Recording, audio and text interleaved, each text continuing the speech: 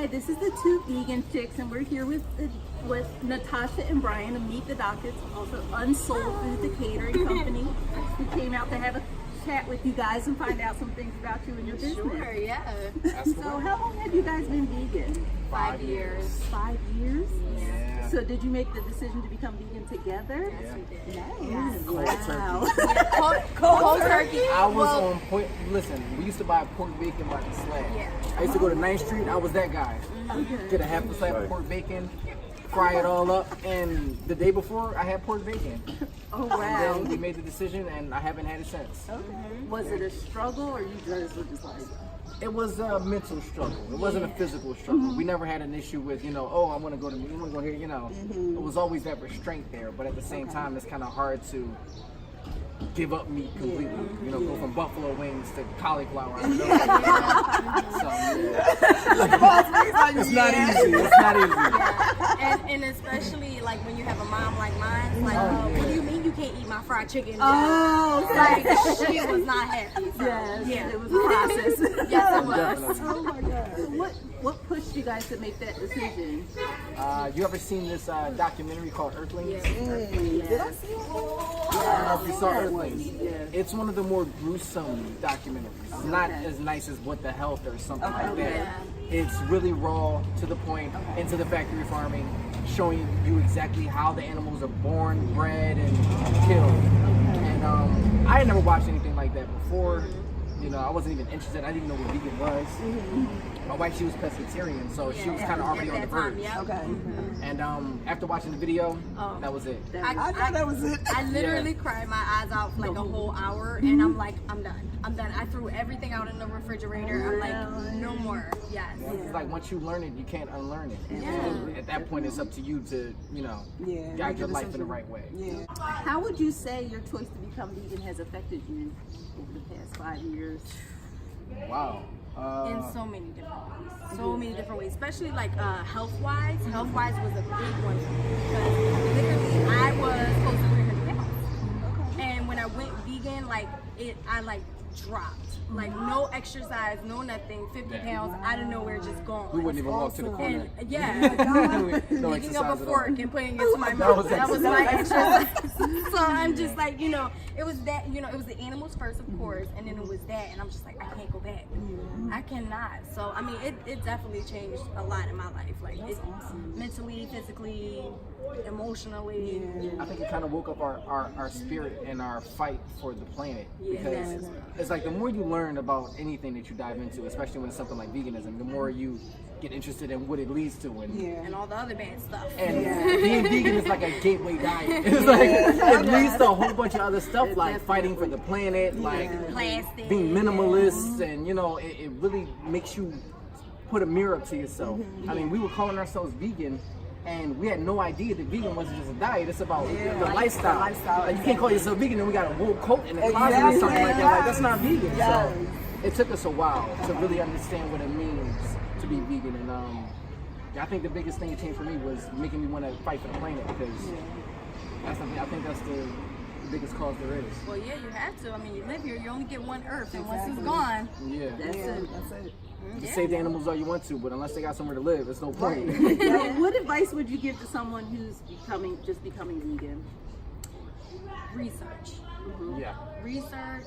And read ingredients. And read ingredients. Yes. We spend like 2 hours in the market just Yes. reading ingredients. Can you like we know, but can you elaborate on the reading?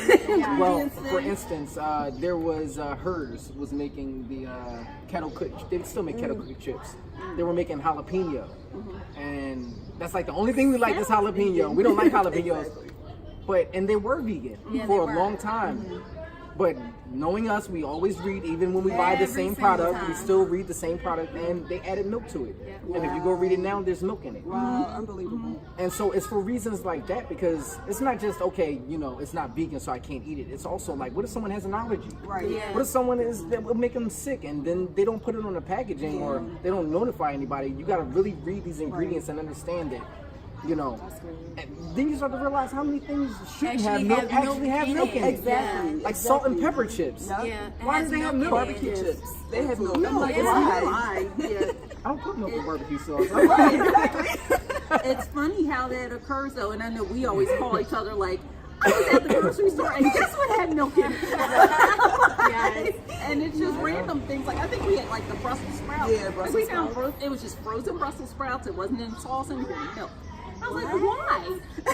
It was just, you know. It's like they're forcing you on that. Yeah, it's like the forcing you. Yeah. But one of the tricks, like when we first started out, was a little fun fact is when he have it at the bold print at the bottom because of allergies. So if you're a new vegan, so if you're a new vegan, I would definitely check the bold print at the bottom. It'll say milk, soy, wheat, or whatever is in here. And I would just But say be like, careful. There's always that exception because sometimes they won't say milk, they'll have and you just gotta read the little fine print. So just always read the ingredients. Yeah. That's no matter good what what. you said though, because you can be eating a product and then they change it, and like you said, they don't say anything. Yeah. So you Right. definitely have to continue doing your research and keep looking and reading because they can change stuff in a heartbeat, and we won't even. All right. So what sparked your interest in cooking for others? I mean, we both have been cooking. Well, she's been cooking a lot longer than I have. years. I started cooking when I was like 10. Like, you know, it was more of like my mom thing where she was like, okay, I'm gonna watch you. I'm gonna sit in the living room so you don't burn down my house. And, you know, just, you know, cook. You know, do what you like. So I mean, you know, I started there, but I mean, it really became like a love because I started doing it every day. But I never really thought like we could make a career out of it. And then when I met my husband and he's like, I do the same thing. Then we became vegan. We're like, okay, we're vegan. We both like to cook. And people like our food. That's awesome. Like, why not? You know? So. Why did you choose the name Unsold Food? Okay, so like most African Americans in America, our families come from the South, and as you all know, through slavery, we adopted a diet that consisted of scraps that they then turned into the best tasting food in the world.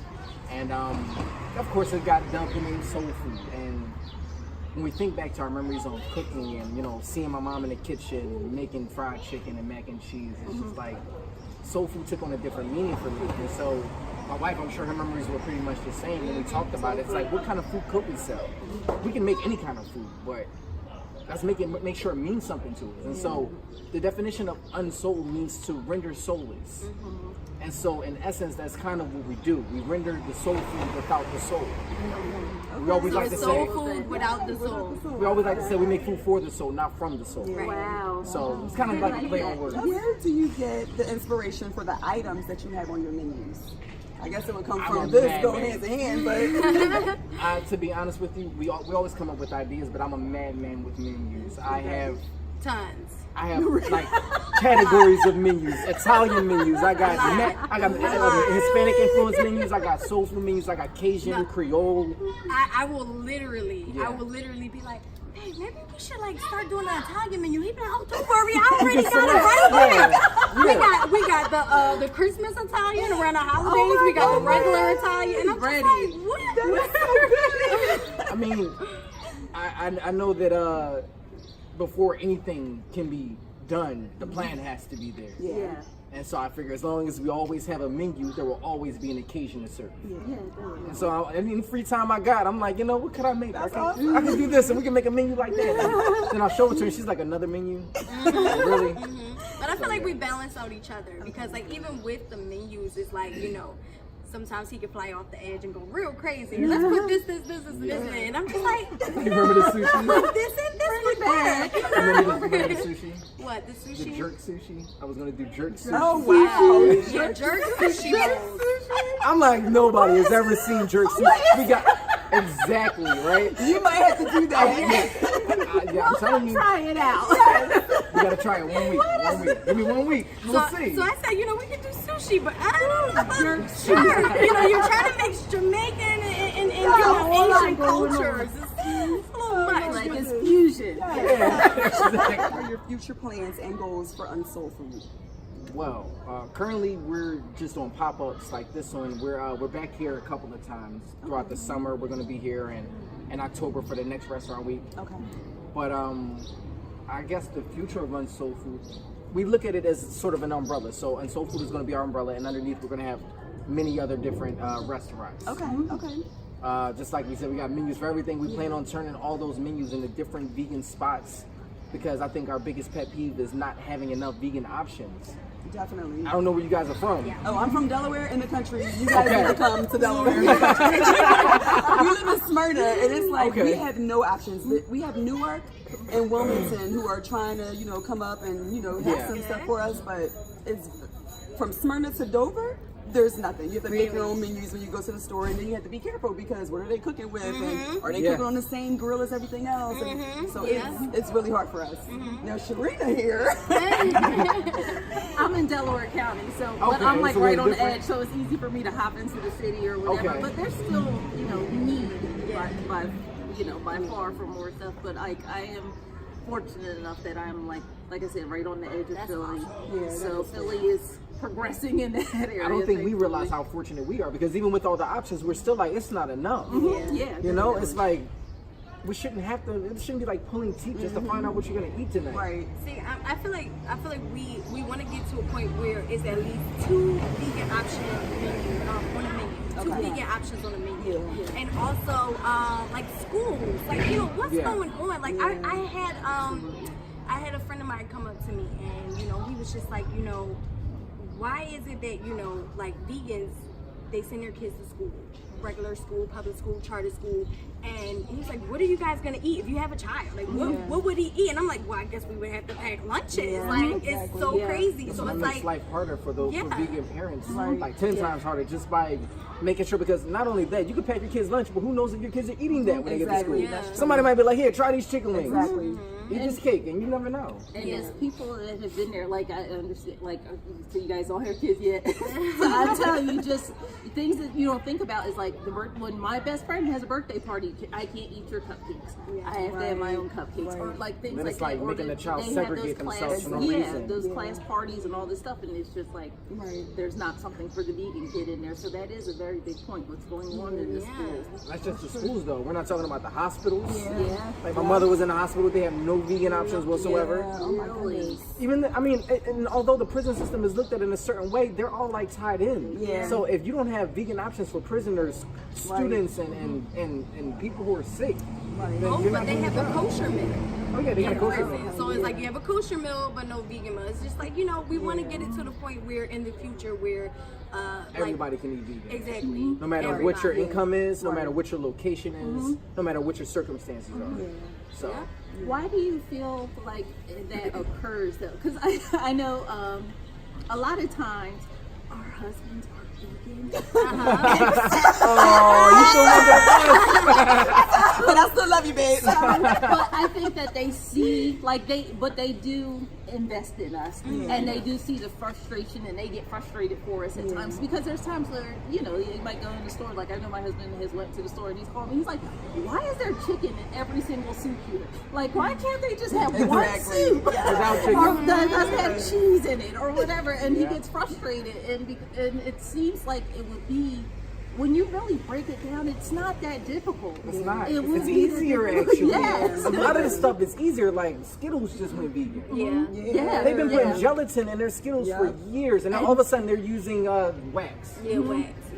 So it's like you never had to do that at all. Right. So what was the point? So, what is the most popular item on your menu? Mac and cheese. Hey! Oh, I gotta ask y'all about that. Oh yeah, we're gonna do a sort of like a mac down. I guess you can call it that. It's like a mac. we were actually supposed to do the mac down for B Marks the Shop, but it It's got like a mac and cheese postponed. competition. Oh, did Yeah, so we decided to come up with the idea where we can do a pop-up, maybe pop up at like a local restaurant, and where we can have like just mac and cheese. So it's like mac and cheese with different toppings. So it's like mac and works. Yeah, mac and works. You get whatever you want on top, like a mac cheese stick, mac and cheese, something. Who doesn't? I mean, come on.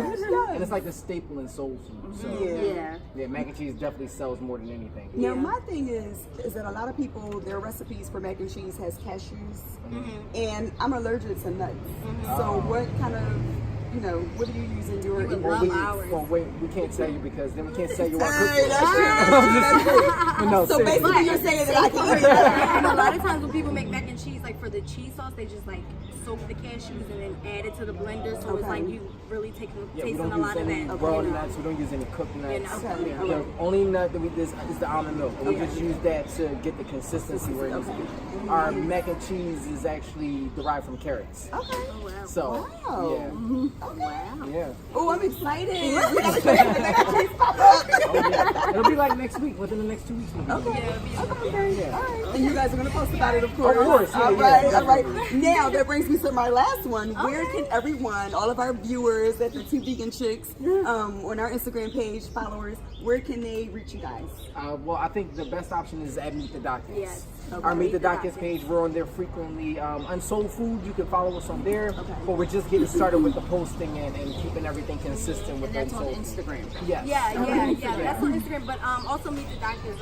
We're on Twitter. It's on our Twitter, our Facebook, YouTube. and email us. Email us. Okay. We do like private events, Okay, personal okay. events. You know, Everything. everything. We've done weddings, bar and bat Yeah. mitzvahs. Wow. I'm so You name excited it. for you guys. Thank you so much. Thank you so much. Yeah. Well, we always get together every year. Our husbands, our friends, all of us get together and we do dinners. Okay. So now we have a chef that comes and he makes us, vegan options and stuff like that. But we may have to use you guys. Let us know. Everybody can And- be vegan. And we give dinners to families. Yes, so, yes, you we know. do. Okay. Yes, Let us yes. know. All right. Definitely. Well, Yeah, we thank can you. customize any menu. You just let us know. Okay. Well, thank you so much. We know Thank you you. guys have been working hard today, so Oh, we're yeah. going to let you guys go. But we really appreciate We're just going to go to We sleep. were Thank you. It was so nice to meet you guys. Thank you. I know. This is great. Yes. You'll be hearing more from us. Yes, thank you so much. Just email us anything. You know, just You DM us. About you, whatever. I'm going to reply to all of them. All right, cool.